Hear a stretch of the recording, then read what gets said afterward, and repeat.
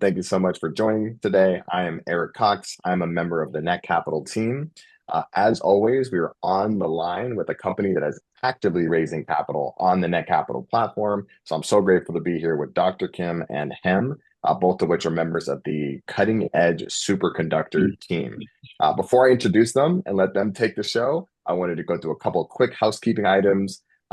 Please do ask your questions through the Q&A feature built into Zoom.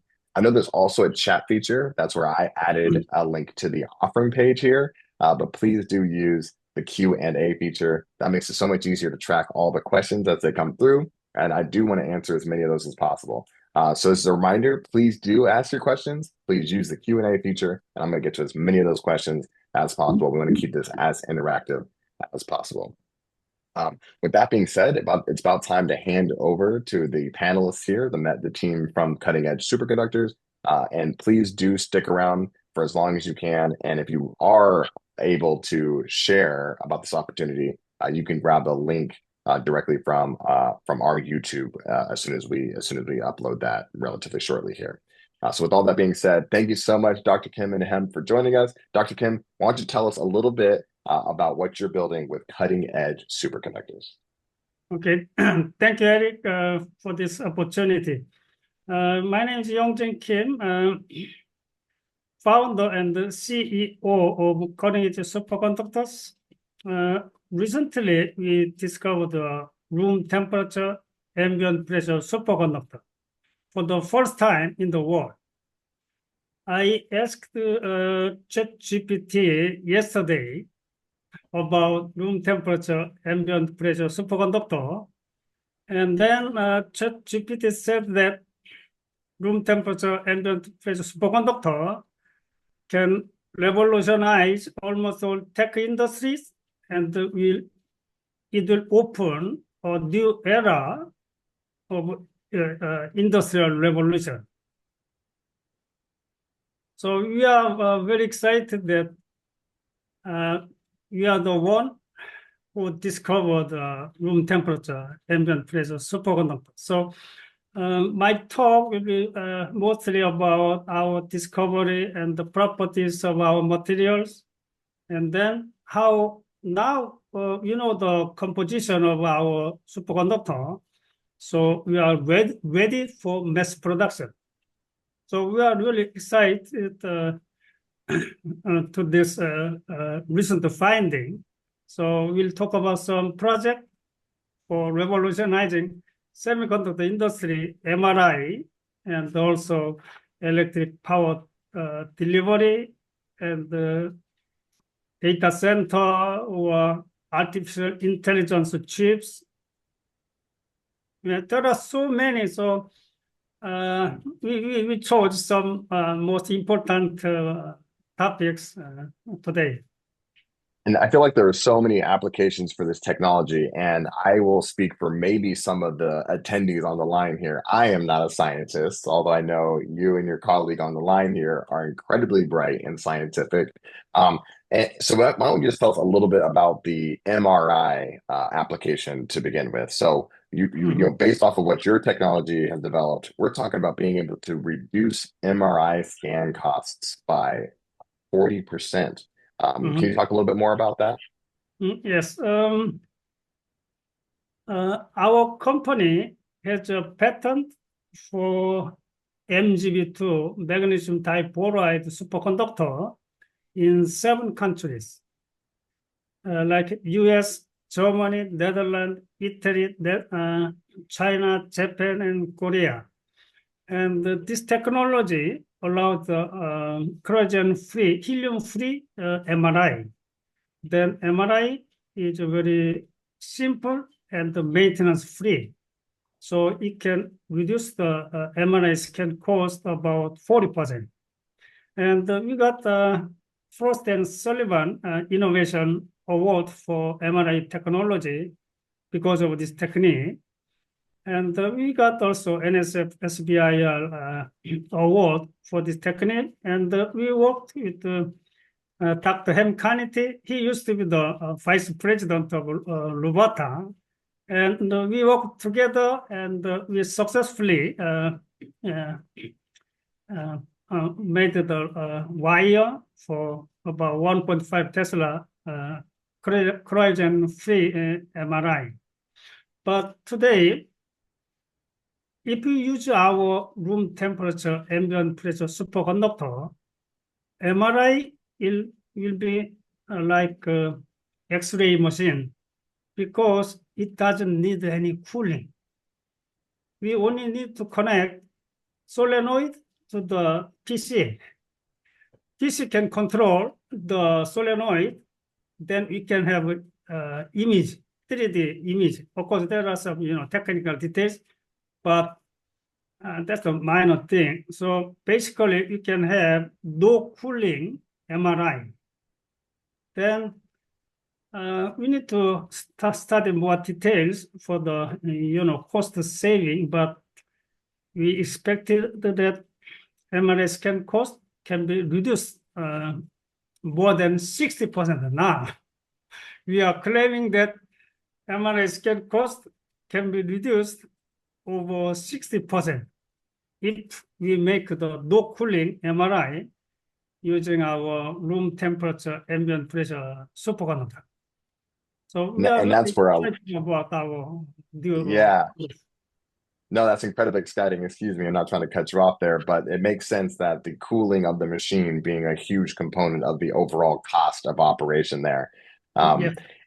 And I'd love to hear, Dr. Kim, if you could tell us a little bit more about your background and how you got involved with this. Again, incredibly technical, incredibly exciting. And then we cannot leave him without him being able to share about his background. And congratulations to you both for him, for your accomplishments, and also for you, Dr. Kim, on your ability to bring him on to the team as an advisor. So let's start with you, Dr. Kim. Tell us a little bit about yourself and why you're so excited about this space. And then I'd love to get to meet him here in a moment as well. Okay. I got my PhD from Seoul National University in Korea. And at the time, Dan Shetman, he discovered quartz crystals. And he got Nobel Prize for the discovery in 2001 in chemistry. So people note that electrons in quartz crystals, it shows it is called critical state. So now people can study critical state. That's a new discovery. And then people are looking for transition between critical state and localized state and extended state. So most scientists were trying to find those transitions. At the time, I was doing my PhD, and luckily, I discovered it. So I discovered a new type of phase transition between critical state and localized state. And a few years later, transition between critical state and extended state. So I got an invitation from Harvard. So I did my postdoc at Harvard. And I did my second postdoc at Purdue University with a famous professor, Ove Hauser. We were working on superconductivity theory at the time. And then we discovered that some part of the superconductor theory is erroneous. So we corrected those problems, and then we can understand superconductivity better than others, because others have some issues in understanding superconductor. So from that discovery, I have been working on superconductivity all the time. So in 2001, as I mentioned, MGB2, the new superconductor, Japanese found that MGB2 has the transition temperature 39K. It was a big sensation at the time. It was 2001. So many scientists, mostly physicists and chemists and some engineers, they gathered at the American Physical Society meeting in Seattle. And we had the marathon special session for MGB2. So people said that you could sleep in Seattle, like the movie, you remember, Sleepless in Seattle, okay? So we discovered a new superconductor with the 39K, and according to the conventional theory, TC cannot be higher than 30K, but MGB showed 39K, so it is a big discovery. So everybody was excited, and I was there, and I introduced a new technology to prove the phonon mechanism in superconductors. And then I named the technology test-static correlation technique, and then I identified the superconducting mechanism of MGB2. That's the most important scientific problem in MGB2 research. So it was spotlighted in a review paper on MGB2. And then in 2008, I invented a technique to make 1.5 Tesla collision-free MRI using MGB2. So I founded Cutting Edge Superconductors in 2011. So after that, we are working on producing 1 kilometer long MGB2 wires. We are still doing it. But from 2022, we are working with a major MRI company to produce 1.5 Tesla collision-free MRI under NDA. And in the market, there's already a collision-free 0.5 Tesla open MRI. And the patient love this open MRI. But there's some issue of image quality. So we are trying to improve that image quality. And then are you familiar with the LK99? Have you heard of LK99? I imagine some of us have not. So could you elaborate? Oh, yeah. In 2023, a Korean company, Quantum Energy Research Center, claimed that LK99 it means Lee Kim 99. So they made the sample in 1999, and after the inventors, they called the material LK99. And then they claimed that it is a room temperature ambient pressure superconductor. So it was a huge sensation around the world. So all the scientists were trying to replicate the result. But in fact, LK99 is not a superconductor. So other scientists showed, oh no, it's not a superconductor. It shows some interesting properties, but it's not. And as I told you, we understand superconductivity a little better than others.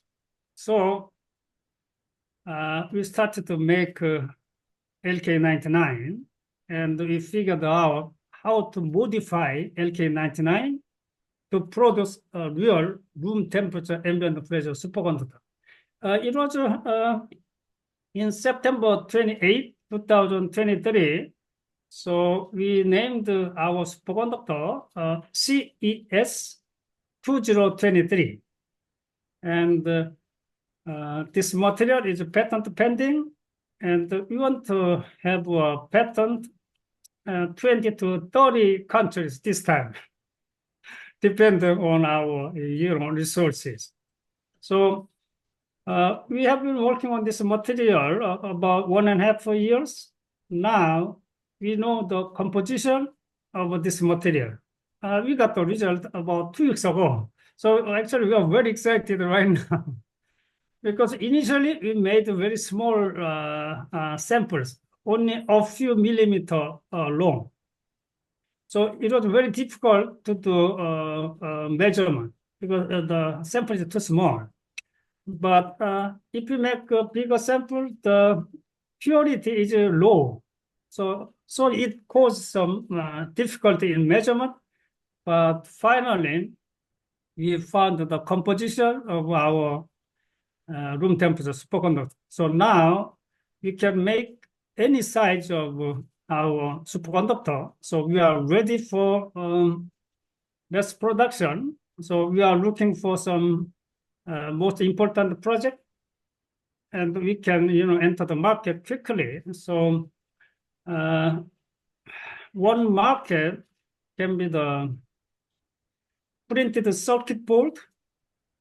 Printed circuit board is in any electronic devices and automobile, and computers.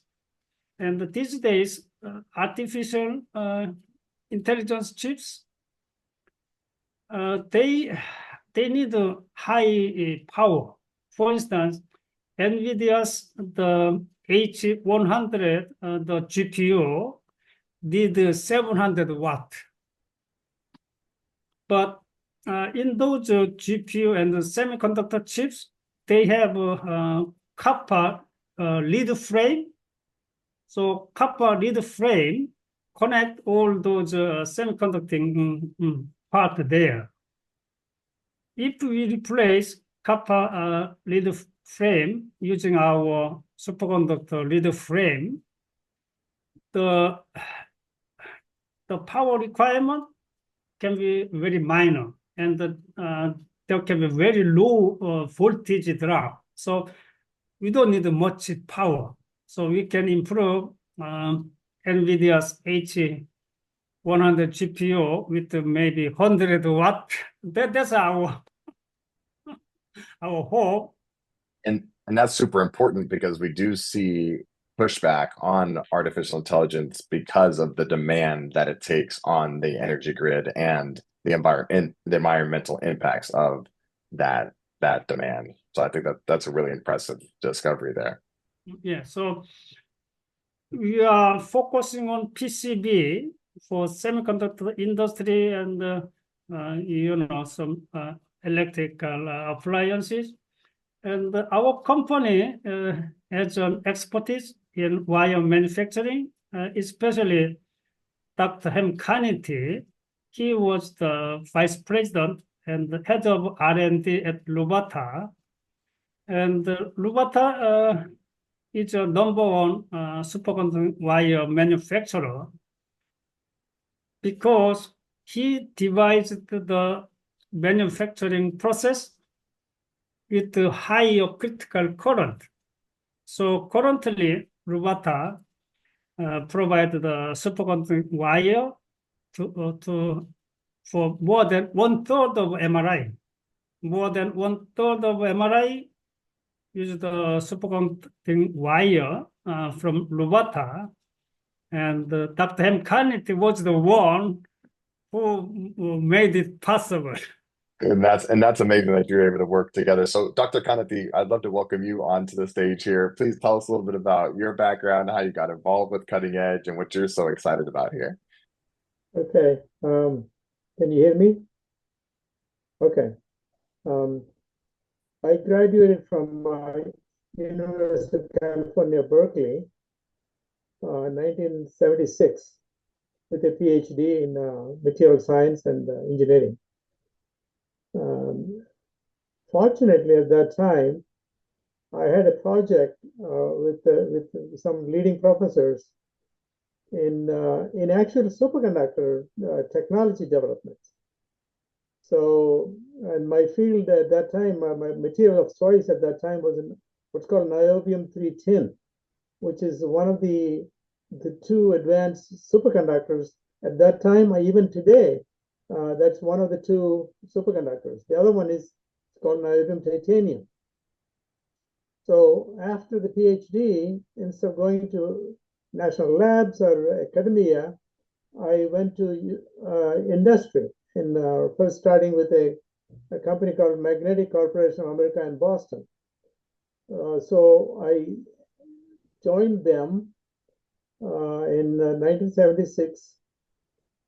Then for 4 years, I worked there learning the subject of niobium titanium. At that time is where MRI just took off. In the the 1978 to 79 period, the first MRIs using superconductors came about. After 4 years, I joined a company called Intermagnetics in the Albany area, upstate New York. That company has had several name changes or ownership changes over the years, but I worked there with different names, I said, for about 37 years until I retired about 4 or 5 years ago. In that time period, I worked on both these superconductors, both niobium titanium, which is the workhorse of the MRI superconductors, and niobium-310, which is the workhorse for many high field magnet applications, including the one in the energy fusion reactor at ITER in France. So over the years, I had the opportunity to develop and work, improve the properties, improve the cost efficiency, improve the quality controls of all of these. So all of these were quite helpful to make the superconducting industry successful, flourish over the years. Until now, even today, the niobium titanium survives as the major superconductors because there's not been much in the development of other superconductors that have the same reliability, cost to performance characteristics. So I was in the middle of that, and I was very proud to be a part of that for many years. So that's my background, knowing what is required for the application, making sure that can be processed properly and tested, quality control checks, and then delivery, of course, in a timely fashion. So I learned all of that with the industry experience. Well, that's amazing. I mean, your background is so applicable to what you guys are building now. So I think that's fantastic that you're lending your expertise here. I'd actually like to keep you on the spotlight for just a moment longer, Dr. Kaniti, if I can. I know we're talking about the MRI application, and your work at your previous company was really embedded in that industry. But can you tell us a little bit more about other impacts? And we talked about artificial intelligence chips in terms of the motherboards. Can you talk a little bit about what you envision other cool opportunities to apply the technology to? Okay, the word superconductor, they conduct electricity in an extraordinary manner with very little, near zero resistance. So there's virtually no power loss, and they produce high magnetic fields that makes the MRI and other magnet applications possible. So if you're dealing with other superconductors, like the high temperature superconductors and MgB2, what the feature that's important in technology is the resistance being extremely low or near zero. For example, niobium titanium, niobium-310, virtually zero resistance. We never say zero. It's virtually zero resistance that makes the applications possible. So if you have very low energy loss materials, and you incorporate them into chips, into circuit boards, into other power devices, you can revolutionize the world the way we know it. Then the things will become very small and compact, and the batteries requirements is going to be reduced.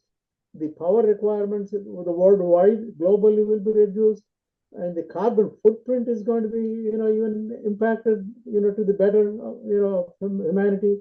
So it's boundless applications and benefits society. The thing is, we have to jump to that level of putting these materials into practical use.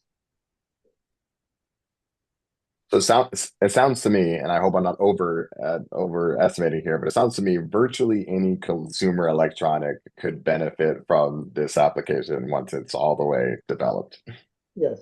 Yes. Let me add one more thing on the MRI. I think we talked about MRI. The cost of MRI is a few $100s a scan or something.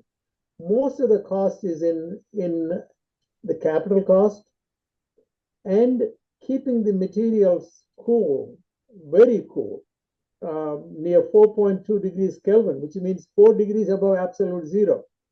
That cost of keeping materials cool is going to be eliminated if you have a high temperature superconductor or even a room temperature superconductor, because you don't need to cool with the refrigerations and a lot of electricity, etc. So that's where the advantage comes from.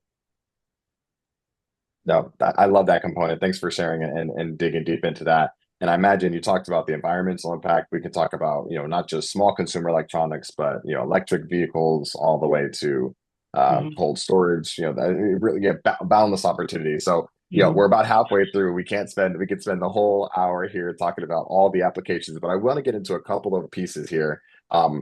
For those, obviously it's hard to identify the market size when you have all of these applications. But if we could talk about maybe the MRI application market size, and then, once you can expand into more consumer electronics, I mean, how big can we estimate the size of this market? Is it really just kind of too difficult to determine? The MRI right now, I think it's over $5 billion. The last I was reading about. That's just plain MRI machines themselves. The final benefit to the people is, you can see there has not been a new technology that overtook MRI, because that's about $5 billion in the machine side. Again, there are a lot non-MRI type of applications that I think this material will come in very handy, and perhaps easier than beating the MRI. MRI has been around for a long time, very stable, reliable.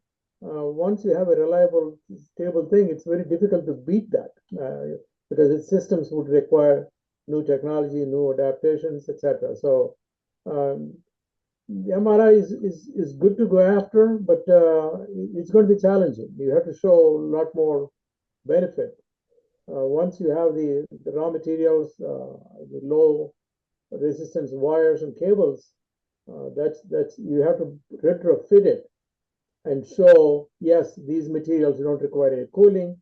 You can just put it into in the existing place and reduce all the cryogenic requirements, insulations, and all of those things. So, But that's a really important piece that I actually wanted to touch on. My understanding is that this is not requiring the purchase of an entirely new machine. This is a retrofit solution. Can we talk a little bit about the revenue model with that in mind, and that we wouldn't have to completely yeah, throw the baby out with the bathwater, so to speak? okay. See, the current MRI machines, I don't know if you have seen one, I've been in one. It says a series of nested tubes in a vacuum container with a lot of insulations in between. And the innermost is the superconducting coils that they actually generate the magnetic field. So all the insulations and all is to keep the superconducting cold. Okay, and it's very complex structure, and you have to isolate it so the heat doesn't leak from the environment to the superconducting coils. So it's a pretty complex engineering, technology there. So if you don't need to keep the superconducting cool, you can remove all the insulations, you can remove all the structures, etc., and keep a very simple coil structure and support structure. And the entire material requirement, bill of materials will be reduced to 1/5 probably.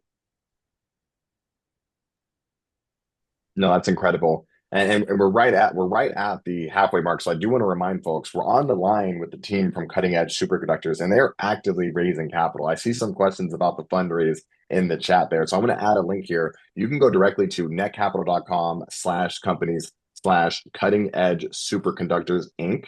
Or you can click the link that I just added into the chat there. Or you can go to netcapital.com and search Cutting Edge, and it'll show up there. Once you get to that offering page, you can learn more about the details. You can understand more about the other team members here. You can look at the revenue model, the business plan, all the things that you want to consider if you're considering investing in the company. And then you too can push button invest directly into the deal here and own a small piece of the company. So I do want to encourage you to click the link there. Great question just came in about the fundraise details. So on public presentations like this, we're not able to go into the terms of the offering. So I'd love for you to just click the link, go directly to the offering there. You can see exactly when the offering is expected, is set to close right there. So you can see minimum investment there. You can see price per share, all the details that you'd love to know. We are Netcapital. We are members of FINRA, regulated by the SEC. So please bear with us. There's certain things we want to make sure that we stay compliant with them about. But as soon as you click the link, right up towards the top, you can find the answer to that question there. So I want to make sure I direct you there. Okay, with that being said, we have some questions coming in. I want to make sure we get to the rest of these. Considering the potential for CES Wire, what keeps businesses from investing / joining your research? I think that's a really interesting question. Are you open to working with other businesses and folks to help you advance your research here? For the wire, we can make about 100-meter long our superconductor wire. It can be used for building wiring. Building wiring don't need long length wires. So we think that building wiring market can be more easier to enter. And its market size is about $100 billion around the world. And of course, we can use our wire for data center. These days, there's huge electricity demand for data center. And the wires for data center can be, burned because of high electric power. If they use our superconducting wire for data center, our superconductor don't produce any heat and no energy loss. So data center can be very economical and efficient and more safer. So, so our wire can enter data center and the building wiring more quickly. So we are trying to look at those markets for wire application. Eventually, we can, manufacture long-length wire and cables for electric power transmission and distribution. The market size is about $300 billion around the world. But it will need so much, the investment for equipment to produce long-length wires and cables.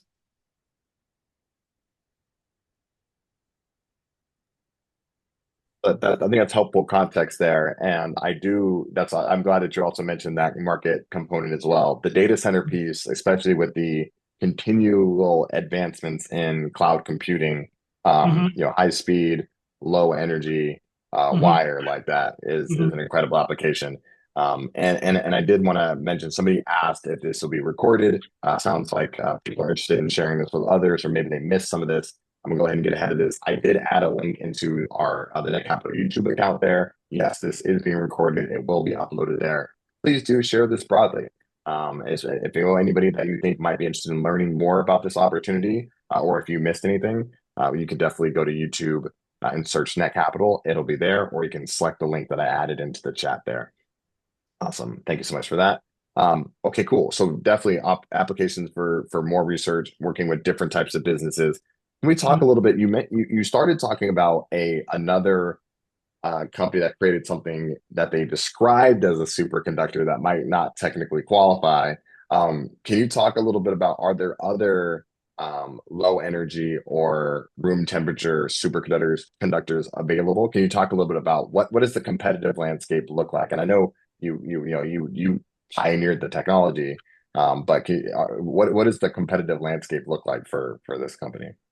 So we can mention the Korean inventor of LK99, but LK99 is not a superconductor. So they are trying to reduce the electrical resistance of their material. So, but I don't think it will be, it will be competitive for our superconductor. And in China, many scientists in the academia, they are trying to make a room temperature ambient pressure superconductor, but they couldn't reach the room temperature. So currently, only cutting edge superconductors produce room temperature ambient pressure superconductor. And we are trying to have a patent for this material in many countries. So I can say that currently there is no competitor right now. That's I guess the benefit of creating something entirely new. That's pretty cool. And then let's dig into that a little bit. I see here either patent pending or granted in 7 countries. I think that's right. US, Germany, the Netherlands, Italy, Japan, China, and Korea. So it sounds like you've been able to build a protective moat around your technology. And I think there's some really exciting deal highlights on the offering page that I'd love to talk about. You not only did you invent this technology, but you've been recognized by investors and supporters and alike for being a global leader in this next generation technology. Can you talk a little bit about, for example, you mentioned the Frost and Sullivan North American Innovation Leadership Award for the MRI technology. Can you tell us a little bit more about some of those other grants and awards that you've been able to achieve over the years? So we are trying to have a federal grant like NSF, TOE, and NIH. So right now we are working on it. And in January, we thought that we got one grant because the program director asked us to revise the budget and letter of commitment from our collaborators. It seems that we are on the borderline. So I think at the last moment, I think we are not selected. But from our previous MGB2 research, we are collaborating the most, major MRI companies like GE, and also we are also talking to ASG superconductors. They produce the first corrosion-free MRI. So we are trying to help them. And also in Korea, there is some high-tissue cuprate wire manufacturer for electric power transmission and distribution. And that wire is used for pilot power delivery, about 1 kilometer long electric power transmission right now. So, and also we talked to Bruker. Bruker is one of the most prestigious high-tech company, and they produce the the NMR. Bruker has about 90% market share of NMR. They showed some interest in our MGB technology, and we are talking to them a little bit, and also Bruker Biospin. They are producing superconducting wire for Siemens MRI. The research branch is in Switzerland. Some time ago, they invited me to give a presentation for our technology and have some possible collaboration or licensing of our technology. Our technology is very well appreciated among the top, MRI companies and superconducting wire companies. And for TOE SBIR, we worked with Princeton Plasma Physics Lab, a highly prestigious institute. And we are also working with other, universities in the USA. And many people want to collaborate with our company right now because we are the only one to produce room temperature ambient pressure superconductors. So when our patent status is more stable, we can have many collaborators. So we are preparing for collaboration with the most, industry leaders. Absolutely. And I see, you've been able to accomplish, a couple 100,000 in fundraising from grants, including NSF, as Mhm. well as non-grant investments Mhm. from, InnoVenture and others of the sort. So it seems like folks are recognizing the potential of the technology, which is always exciting. Um, with all of this traction so far and more interest coming, I know we have to, kind of finalize the intellectual property components first before you can really expand. But what are some of the pieces of the future that you're most excited about? You've done so much in the past, and what is something that you see that as the future of what cutting edge superconductor can do here?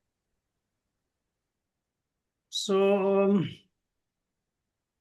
in our company, we want to create new knowledge.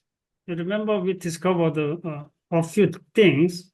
So we want to create new knowledge, and then we produce new product based on the new knowledge. So we are pursuing knowledge-based economy, as mentioned by some president in the USA. So we are the global leader in superconductor research and development. And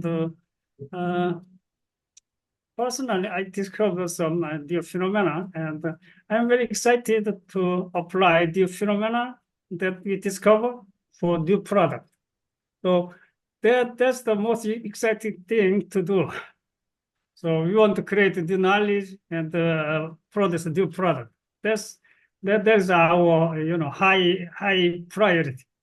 I love that. Spoke like a true educator and student of the world. It's all Mhm. about the pursuit of knowledge there. Everything else will come at its due time. I think that's so fantastic. Since we're talking about creating the wiring, the opportunity to retrofit the MRIs, being able to plug into data centers, can we talk a little bit about the revenue model? And maybe Dr. Kanithi, that maybe this is a chance to welcome you back to the stage here. With all these different potential applications, we're not building new machines. Is the plan largely selling the wiring, licensing? Can we talk a little bit about the revenue model here? I think Young Jin can probably talk about the revenue stream on the business side, but once you put the material into demonstrable applications, I think the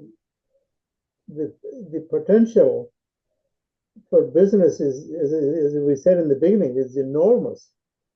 So the low-hanging fruit would be immediately, taking advantage of where is the USA and the world is spending the money, in dealing with the energy supply, power supplies. So yeah, data centers would be one of the earliest ones. Then the circuit boards would be the next ones. Automobiles is another area where once you have this wiring, battery power is consumed in the energy losses in conducting the electricity to the device. So all of that is a fair game for these materials. So the first thing is to develop the materials, put those into the material in the practical applications one by one. And I think Yong Jin probably has some ideas, but I think maybe Yong Jin will elaborate on it. Let me add a few things. So currently, we are working with a Portugal company. It's called Q Media. They are the wireless broadcast network operator, and they noted that they have a PCB, Wilkinson power divider, and that power divider is broken easily because of a high current. So they sent the broken PCB Wilkinson power divider. So we are trying to replace the copper in the PCB using our superconductor.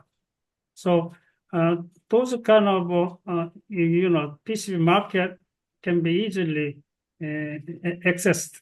And also we are talking to semiconductor chips company in Arizona.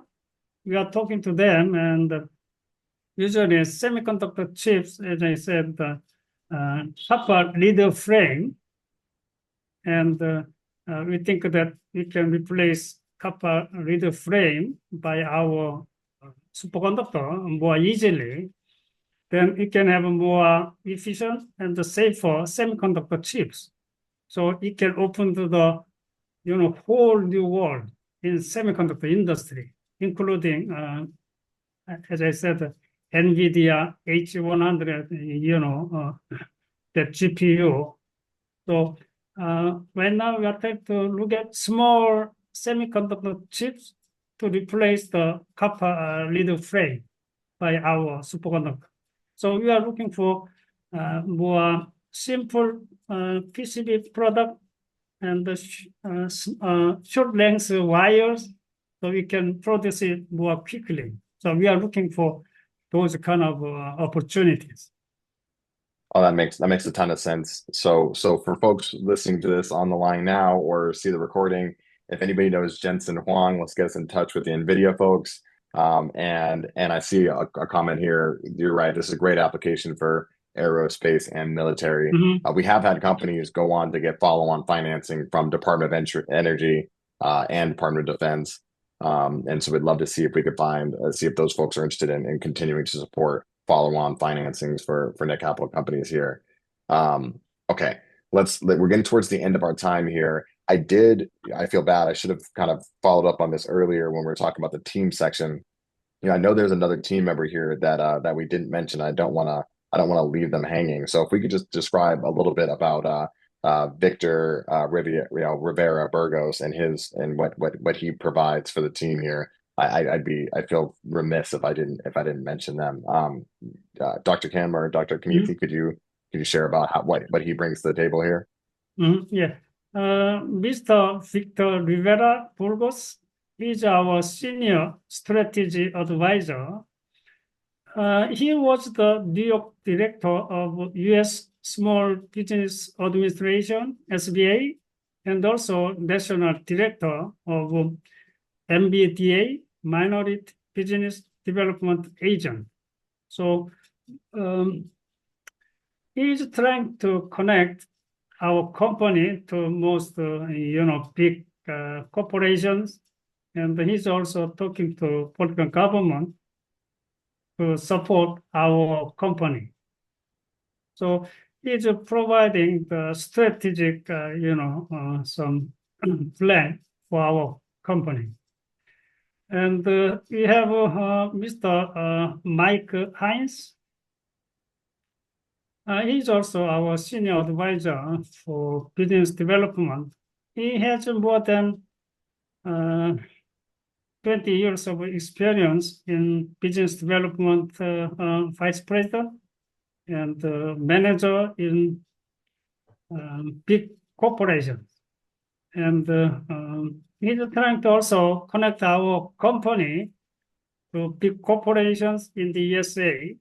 And he has a major electricity and electronics, so he understands our material for PCB applications. He's trying to connect our company to big US companies, and he's also talking to some, US municipality for some incentive. So at some point, we may need a US branch or headquarters. So if we can get big incentive from there, we'll produce our product in Puerto Rico. But our product, can be sold all over the world. So eventually, we need a US branch. So he's talking to some, state, some legislature or some, very influential people in the USA. Yeah, to determine exactly where the next place for manufacturing is. I think that makes a ton of sense. As we get down to the last little bit here, and thank you so much for all the attendees and your very thoughtful questions. I really do appreciate you all. And as a reminder, if you're looking for specific terms of the offering, the best place to get that is on the offering page for regulatory reasons. So I'm gonna go ahead and add a link into the offering page into the chat again here. And for those who are listening in, it is netcapital.com/companies/Cutting Edge Superconductors Inc. Or you can go to netcapital.com and search for Cutting Edge, and you'll be able to find it there. Or you can click the link that I added directly into the chat feature here in Zoom. But as much as I'd love to elaborate on specific terms, that includes price per share, close date, valuation, all that does need to be found on the offering page at that link there. So I apologize, but that is our regulatory burden. So as we wrap up to the last little bit here, a couple fantastic questions. Thank you so much for the attendees for your questions. Let's talk about potential exit strategies. So I like to preface this. The future is inherently speculative and uncertain. So we don't know if there will or what that exit could potentially look like. But if there were, how would you imagine the potential return for investor? Do you imagine more of an acquisition? Do you think it's more of a public offering? Would love to hear your thoughts on that. Okay, so our exit strategy is IPO through Nasdaq. So we are trying to have that IPO within a few years. And in fact, we were trying to do it several years ago. So we were preparing S1 form for our company. But at the time, we didn't have enough resources. So we were talking to some investors so we can move forward for IPO. But right now, I think we can produce revenue relatively quickly. So we want to satisfy the requirement for NASDAQ listing. Probably, I think it's a $1 million revenue and some detail. So we'll try to satisfy those requirements from NASDAQ. So our company can be listed on NASDAQ. And that's our exit strategy. Love that. And that'll be so exciting if we can get to that point. And we'd love to see all the folks that are supporting and participating here get to that point. So that'd be really exciting. My favorite last two questions are outside of cash. And of course, that's the primary emphasis here, your fundraising. And so that's a great way to support this team is to go to Netcapital and invest. But outside of cash, how can people support the Cutting Edge Superconductor team? And I already see people saying that they're open to supporting you with introductions, and even maybe looks like they might have some relevant expertise in this space. But I love opening that up. Obviously, we'd love for folks to invest, but outside of capital, how can people support you and your team here? We accept the investment from the angel investors and venture capitals. Last about 1 year ago, we got $500,000 investment offer from venture capital, and also $1 million investment offer from Korea. But for the Korean investment money, they want us to establish a manufacturing facility in Korea. So there was some condition that we cannot satisfy quick.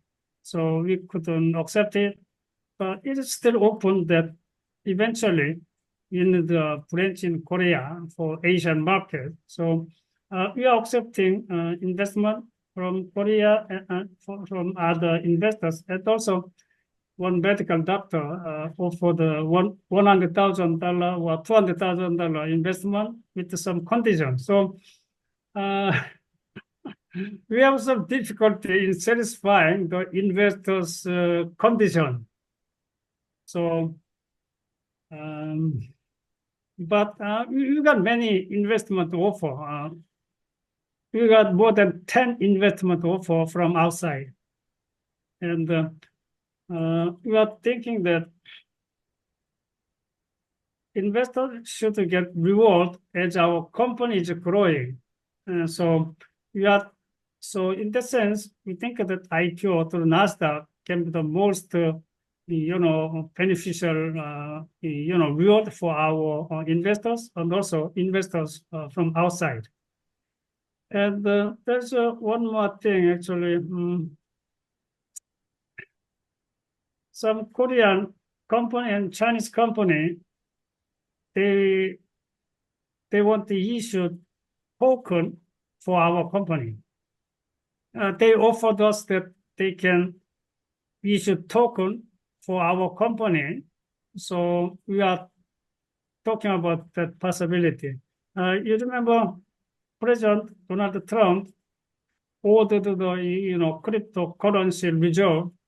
So we see that cryptocurrency and the blockchain technology can be very important.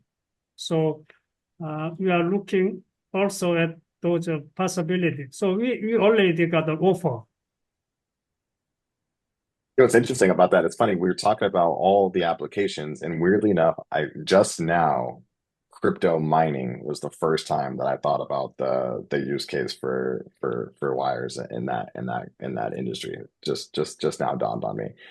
No, that's fantastic. And with these last 2 minutes, let's do the final question here. Why is now, and I'd love to hear from both of you, Dr. Kim and Dr. Kanithi, if we can, why is now the perfect time to go to netcapital.com and invest in cutting edge superconductors? Yeah, I think that now we can reproduce and produce our superconductor in large quantities, so best products. So our company valuation can be skyrocketing quick. So this is the time to invest in our company, and then a few weeks or a few months later, you'll see that, oh, wow, this company valuation is now 10 times higher. So catching them before a potential increase in valuation, that is always a good reason to support. And with the last minute, Dr. Kanithi, can I welcome you in here? Why is now the great time to join you and your colleague here as a member and a family member of the Cutting Edge Superconductors team by investing through Netcapital? Yeah, as with any new technologies, there is a budding stage, and once the room temperature ambient pressure superconducting material has been identified, the composition has been established, you can see the next jump would be to put that material into practical use. So we're at the cusp of the technology development. That's when people have not discovered all the benefits that are going to come from it. So because it's unknown, it's the right stage, I think, to get involved in and get the benefit of tremendous possible growth, potential growth, I should say. Oh, you nailed it. You said possible. I love it. All the Yeah. Potential possible great things that could happen. No, I think that's a really good point here. And for me, I think there's so many good reasons, but I always believe in team and the way that you, Dr. Kim, have been able to assemble this team. That's one of the reasons why I think it's a great opportunity for folks to consider investing in this deal. And hopefully we get to see this application become ubiquitous, and love to see the positive environmental and economic impact that can have. So I'm really grateful for the hard work that you guys are doing. Although I don't remember the last time I took a science class, I'm grateful that there are people like you that know what you're doing here in the scientific breakthrough space. So I want to thank so much for the attendees and your fantastic questions. I'd like to thank Dr. Kim and Dr. Kanithi for your time as panelists, sharing about this opportunity and what Cutting Edge Superconductors is doing, and what this space could provide for humanity. And lastly, I did add a link again, into the offering page there. I'm gonna do one last link add there. Obviously, you can click the link that I added into chat. That will take you directly to the offering page where you can learn more and consider investing. I'm also going to re-add a link to Netcapital's YouTube account. This has been recorded and will be uploaded shortly. And so if you know anybody who might be interested in learning more about this, or if you missed anything that you want to circle back and learn more about, that'll be there available for you as well. And I look forward to seeing everyone on the next live Q&A. Thank you so much, Dr. Kim and Dr. Kanithi. Always a pleasure seeing you both. Thank you, Eric, Thank you, and the Eric. audiences. Thank you.